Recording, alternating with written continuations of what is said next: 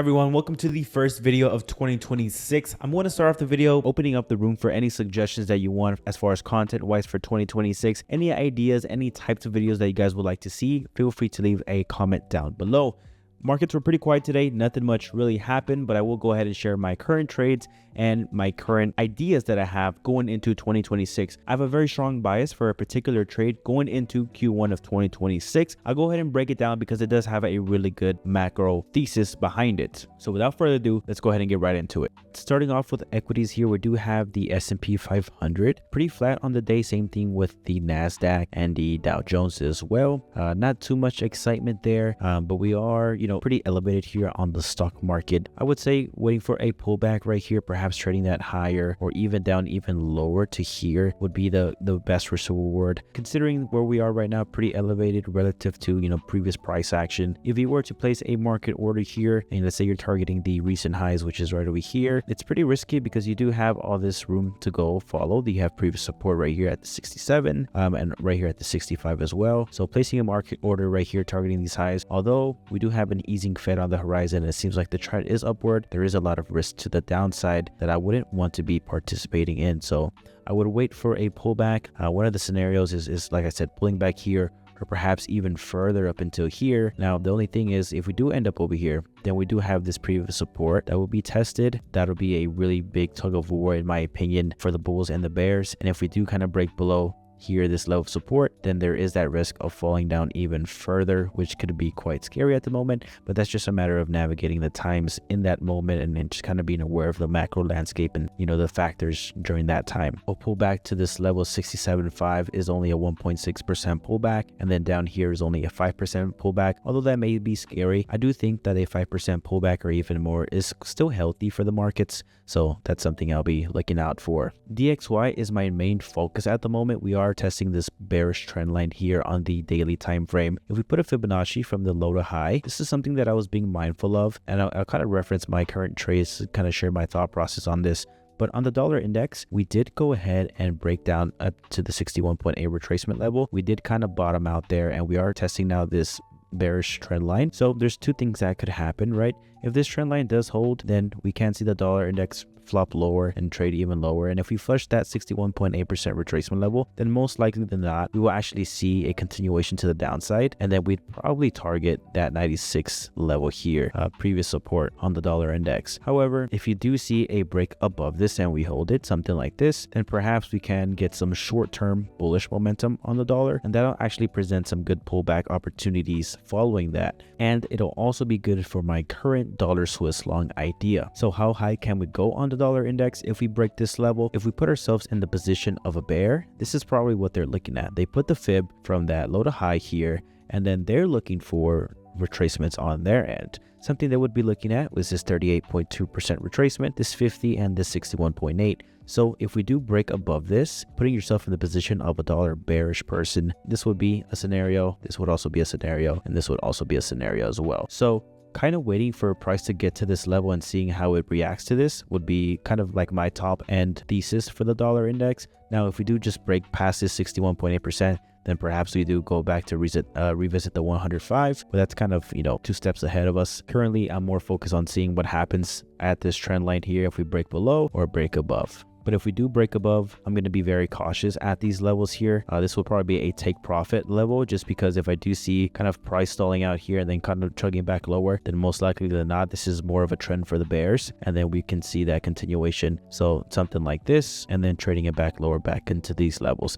And in that case, I would be looking at the Australian dollar. One of my favorite trades at the moment here for a couple of reasons. The Australian dollar has been showing a lot of relative strength against its peers. So just today, Aussie dollar, New Zealand dollar, we're doing pretty well against the euro and the pound. Those were the leading losers for today. But there's a lot going for the Australian dollar. Australian dollar, currently the Aussie is fighting some sticky inflation. So they were near that 2% target. They cut the rates down. However, now they've been kind of trending upwards here, now at 3.8%. All eyes are on the January CPI. Looking at December's figures, depending on the print, it could give them probable cause to go ahead and continue their rate hike cycle, or begin the rate hike cycle if you rather. They did voice that they are willing to do that to go ahead and fight that sneaky inflation, which is good for the Australian dollar. Another notable chart to look at is the interest rate projections between the Australian dollar and the US. Something interesting is set to happen here, Q1 going into Q2 2026. The Australian dollar is in blue and the US dollar is in red here, and at the moment the US dollar is the higher yielding currency at the moment, right? Australian dollar here in blue is the lower yielding currency. Well, with the US Fed that is willing to lower rates and an Aussie looking to raise the rates, that interest rate divergence is actually going to flip in favor of the Aussie dollar. So this is the path here for the US. You can see that it's going to lower, while the Aussie dollar is set to do the quite opposite here. So right around here, going into Q1 2026, transitioning into Q2 2026, the relationship between the two interest rates are going to actually flip. And that's definitely going to be a tailwind there for the Australian dollar. Another thing that we're pretty much all aware of is that,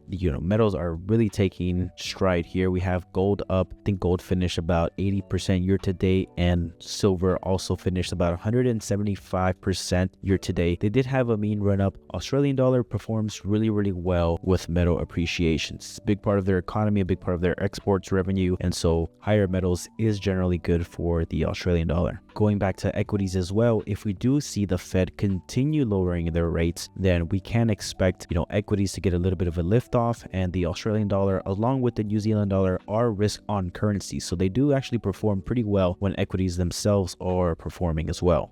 Now let's address the other side of the scenario. Well, the US recently just came out with their jobless claims numbers. Now, although this is a weekly print, it's actually pretty volatile. It's not that stable or reliant, but it is a very real-time indication as to the health of the job market in the US. And we did actually see a trend lower for unemployment claims, which is very good. In fact, if the US does actually start to see a healthier labor market, then they can go ahead and turn their attention into the inflation in the US. Pulling up the inflation chart here for the US, inflation is on its way down for the US, but we are still above target, so that could give the Fed a little bit of room to just hold for a tad bit longer. If that's the case, I can see the US dollar staying higher in the very near short term, perhaps in just the first quarter or so, and that would be beneficial for my dollar Swiss idea. This is an income position that I've established here, entered around here. I am experiencing some drawdown. However, I entered this because longer term, that risk reward is actually quite good. Looking at the dollar Swiss, it does look like we've been kind of stabling around this channel here. Now, my position is there. I was looking to go ahead and pick up another position here. However, I didn't like how we were stagnating in this area. Usually before, if you just look at